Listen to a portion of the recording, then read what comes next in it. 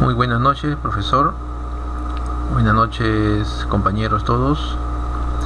Nosotros somos del grupo de Flores, Córdoba, Beramendi, Aquino, Basualdo, Necio Sub, y tenemos el tema para exponer sobre Jürgen Habermas y la teoría de la acción comunicativa.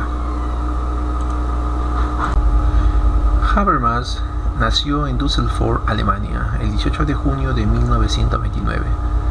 Es un filósofo y sociólogo alemán reconocido en todo el mundo por sus tratados en filosofía, política, ética y teoría del derecho, así como en la filosofía del lenguaje.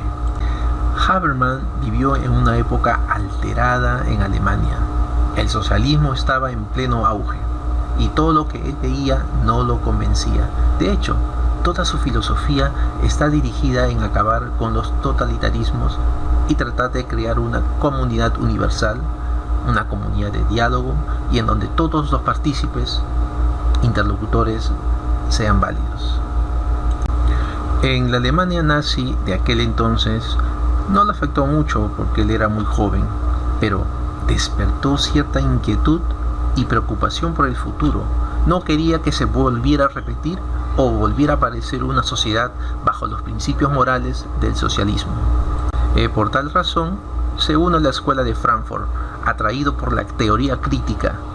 Ellos analizaban todas las revoluciones pasadas y trataban de prevenir todo intento de totalitarismo.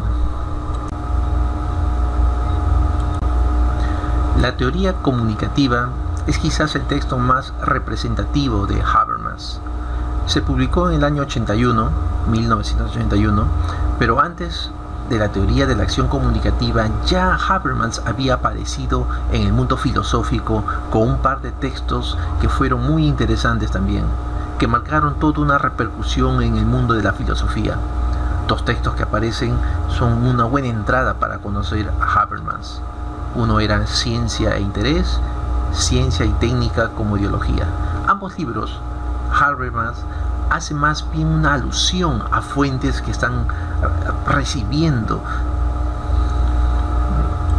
tanto como del pragmatismo norteamericano como de la teoría crítica de la escuela de Frankfurt.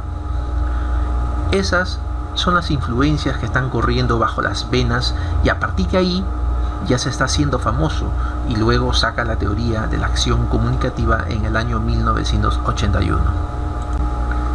¿Y en qué consistía la teoría crítica? Ya que Habermas fue seducido. En primer lugar, la aversión a los sistemas teóricos cerrados. La teoría crítica era una filosofía abierta a cambios, no era impermeable a conceptos que venían de afuera, era flexible. Esto importaba mucho a Habermas. Esto le permitió desarrollar su ética discursiva más adelante. En segundo lugar, el punto más importante en la teoría crítica es que querían influir en el contexto social a través de la filosofía. No bastaba con tener una idea, un pensamiento bonito escrito en papel, nada de eso. Ellos querían influir. Se valían de un dicho que dijo Marx: la realidad social no basta con pensarla, el mundo hay que transformarlo. En base a estos pensamientos, Habermas decidió crear una nueva crítica, un nuevo postulado. Y a partir de estos conceptos filosóficos, Habermas se pone en marcha en cambiar nuestra sociedad, en cambiar por un mundo mejor, ¿no? Todo esto es gracias a la filosofía de Habermaker, lo que es la escuela de Frankfurt. Otro punto relevante es que quería comprender la situación histórico-cultural de la sociedad. Si no se conoce las raíces culturales de la sociedad y depurar lo mejor, sacar lo mejor, regar lo mejor, ¿no? De esta manera vamos a conseguir una sociedad mucho mejor. Para empezar, el tema de la teoría y la acción comunicativa se plantea así como una acción comunicativa en teoría, pero el tema de fondo es la modernidad. Y para empezar nos preguntaremos, ¿no? ¿El Perú es un país moderno? Pero la mejor pregunta sería si hemos llegado a alcanzar la modernidad. ¿Qué cosa hace que nosotros nos llamemos modernos? ¿Serán nuestros centros comerciales, Megaplaza, Totus, los malls, las computadoras, los mejores celulares? ¿Qué hace que seamos una sociedad moderna? Por otro lado, nuestra modernidad nos presenta una cara que más bien es vergonzosa, ¿no? La peor expresión de nuestra modernidad obviamente es el tráfico limeño. Pero no solo es el tráfico, es solo una de las expresiones. Es una expresión cultural que tiene que ver con el simple imponerte. El tráfico expresa eso, la necesidad de imponer uno sobre otro, la necesidad de no empatizar con los demás. Yo tengo que imponer mis gustos, mis necesidades, porque yo necesito una urgencia. Entonces me pregunto, entonces yo me impongo. Yo pongo mi radio a todo volumen, no me importa si son 2 de la mañana, 3 de la mañana. Yo salgo a la calle en cuarentena, no, nadie me va a ver. Entonces, hay formas en que nosotros nos socializamos imponiéndonos. Para Habermas, jamás esto es signo de no haber llegado a la modernidad, porque el signo más importante de haber llegado a la modernidad es lo que llaman nuestra capacidad comunicativa en busca del entendimiento. Eso es modernidad. Modernidad está expresada por nuestra capacidad de buscar entendernos, poder entendernos unos a otros. El signo de la modernidad sería nuestra capacidad de dialogar para entendernos, para tratar de convencerte a ti mismo. Entonces, si podemos dialogar, eso sí sería un país moderno. Pero justamente lo que nosotros vemos que es nuestro país, eso es lo que más escasea. Habermas diría que nuestra modernidad es una modernidad fallida. O en sus palabras, nuestra modernidad es un proyecto inacabado, es un proyecto todavía por hacerse. Entonces estamos mal todavía, incluso cuando pensamos en una posmodernidad o en elementos posmodernos en nuestra sociedad. Entonces, lo que hace en la teoría de la acción comunicativa Habermas es tratar de explicarnos cómo las otras explicaciones de la modernidad no han logrado realmente dar a entender qué cosa es la modernidad.